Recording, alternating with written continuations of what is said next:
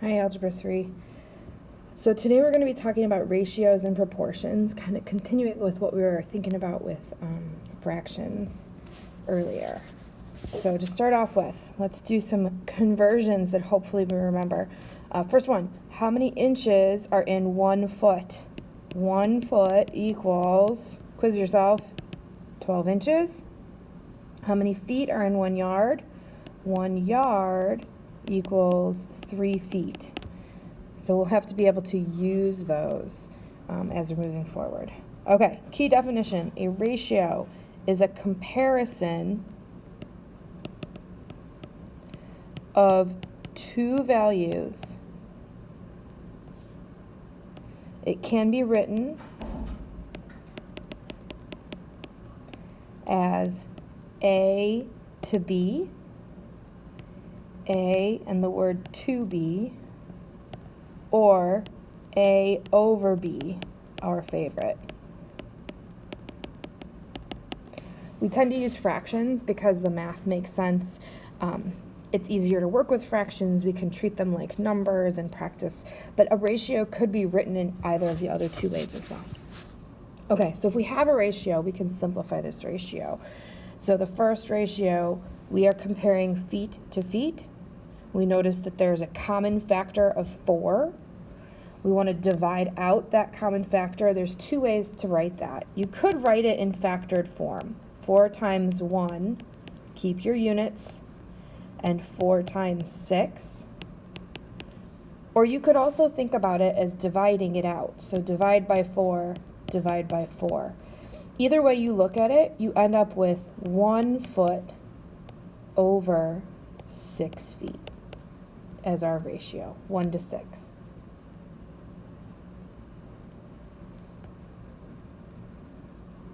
Second ratio, 12 feet to 18 yards. So it didn't specify what we needed to do with our units. So there's actually kind of two ways to think about this. Our ratio on letter A was feet to feet. It's a ratio of 1 to 6. We can simplify the ratio as feet to yards, but we have to make sure we include the units in our answer if we're going to be accurate with it. So these are both divisible by 6. So when I think about that, I reduce my ratio and I get 2 feet for every 3 yards. And I'm going to leave it in that format. It didn't tell me I had to convert my units. And then the last one in this section, we're comparing feet to inches. So if we're looking at this 3 feet to 50 inches, that ratio is already reduced. We can't simplify any further because 3 and 50 have no common factors.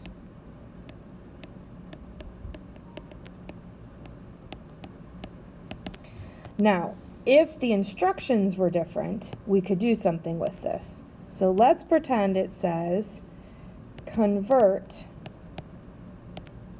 to inches.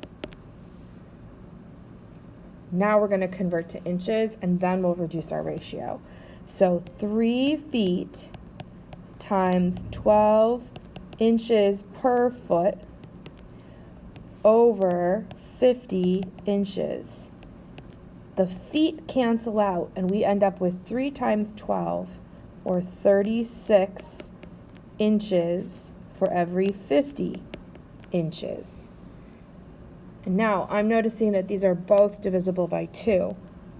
So I can simplify one more step. 36 divided by 2 is 18, and 50 divided by 2 is 25. So it becomes really important to understand the instructions. And if you're not sure or the instructions aren't clear, you can ask your teacher. Or you can go back and read the directions. It said simplify the ratio. It didn't tell me to convert units. So for letter C, according to the instructions, I could have left it.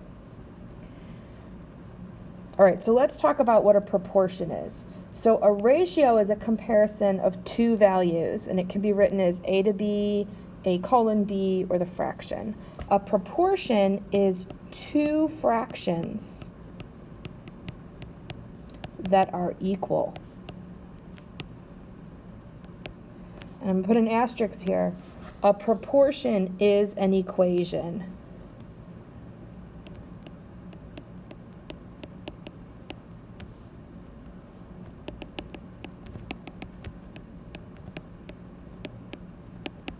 If there is no equal sign, it's not a proportion. Okay, so let's try some of these proportions here. Couple tips. If you can reduce a fraction, simplifying a fraction before you work with it is always easier.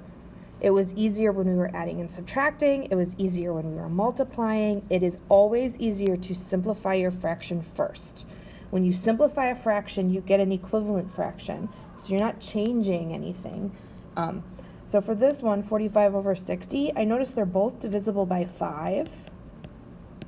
So I'm going to simplify. 45 divided by 5 is 9, and 60 divided by 5 is 12. Oh, I could have gone further with that.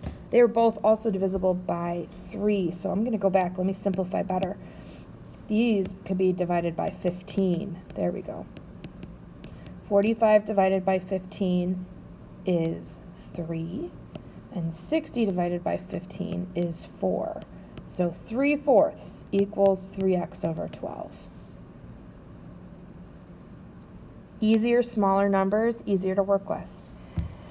For a proportion, to solve a proportion, we cross multiply, which is what everyone wanted to do with multiplication. But now we can, so we multiply, we cross multiply. So 3 times 12 equals 3x times 4. I'm running out of space, so I'm going to come up over here. I noticed that 3x times 4 is going to equal 12x. And I noticed that this is 3 times 12. And so in order to save myself a little bit of math, instead of multiplying this together and getting 36 and then dividing it out again, I'm going to leave it in factored form. When I divide by 12, watch what happens. These guys cancel, and 3 equals x. So there's my first proportion. Next one. So this one, I've got x's in more than one location. Nothing can simplify, so we're going to just work with it the way it is. So we're going to cross multiply. 10 times 3x equals 20 times x plus 3. Okay, a couple things before we keep going. You always have to have an equal sign. So when you cross multiply, you put an equal sign in between the two things that got multiplied. A lot of students forget it, or they try to turn it back into a fraction. Remember, it's an equation. It has to stay an equation.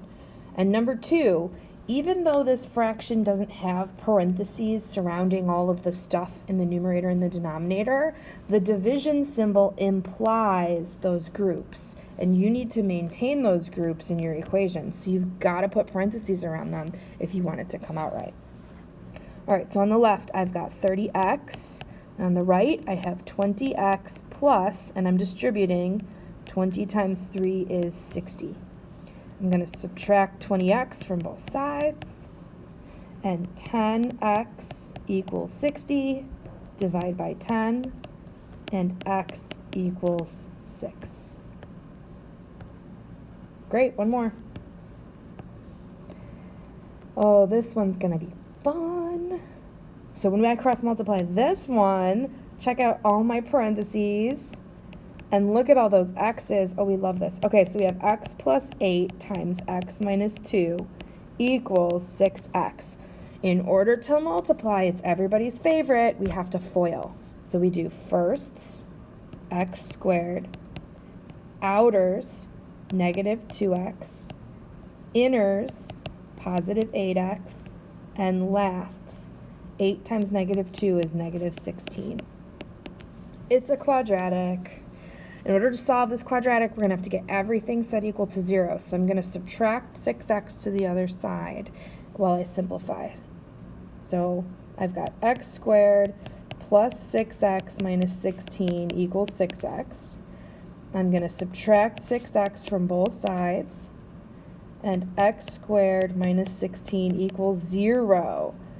Couple choices on how you solve this. Some people are going to factor x minus 4, x plus 4, and then solve to find that x equals positive or negative 4. Some people like square roots. I'm going to do that in a different color so you can see what that looks like. So follow my arrow. This is another technique. So you could have said that x squared equals positive 16 by adding 16 to the right-hand side, and then you would take the square root on both sides. When you do that in an equation, you need to include positive or negative for your choices. So I'm just going to put other technique. Either one gets you the right answer. I don't care which one you use. All right, 3 more. Let's figure these guys out. So we're going to use proportions in simple unit conversion. So we have a desk that measures 3.5 feet in length. How many inches does that represent? So we're trying to get from feet to inches. So when I think about this, I want to start with what I'm given, 3.5 feet. And I want to multiply by things that are equivalencies. So I'm going to set up a ratio of feet to inches. I know that 1 foot equals 12 inches. That ratio, I can flip and put inches on top or feet on top. And the way I decide is I look at what I originally started with. If I start with feet, I want to put feet on the bottom. And then I put what it's equivalent to on the top, 12 inches. Now, when I do my multiplication, I'm going to have the feet on the top cancel out with the feet on the bottom, and my answer, 3.5 times 12, is going to be in inches. So this one, if we were doing this, if you're doing it by hand, you could do by hand multiplication, or if it's on a calculator section, you might be using your calculator. It ends up giving you 42 inches. Okay, let's try this next one. A football player ran for 15 yards on the play. How many feet did he run? So start with what you're given, 15 yards. Multiply by your equivalency, put yards on the bottom. 1 yard is 3 feet. This one's fair for a no calculator one. The yards over yards are going to cancel, and 15 times 3 is 45 feet. Last one. A scale model of a building has a length of 28 inches and a height of 12 inches. If the actual building is 54 feet tall, what's the actual length? Okay, so this is a little trickier. We're going to use a proportion to figure this one out. So I know that the scale model is 28 inches long, and I'm going to set up a fraction, a ratio, to the 12 inches high. And it's going to equal the ratio in the actual building. I don't know the actual length. It says what is, so I'm going to put x. And since my units over here are feet, I'm going to use feet. In the actual building, it's 54 feet tall or high. So now that I've got it all organized, I want you to see a couple things. Make sure that your units are stacked. Make sure that your values match up. So this was the model and this was the actual. This is how long both of the ones on top are length and both of the ones on the bottom are height. You should not have any of those values or comparisons being crosswise. So model over model, original over original, length next to length on the top, height next to height on the top. Nothing was going diagonally when I was comparing all those different things. That's a way to check if you've got it set up right. Now I can solve the proportion. So remember, we're going to cross multiply. 28 times 54 equals 12x. So 28 times 54 is going to give us 1,512 equals 12x. Divide by 12 on both sides, and x equals 126, don't forget your units. It's 126 feet long for our final answer.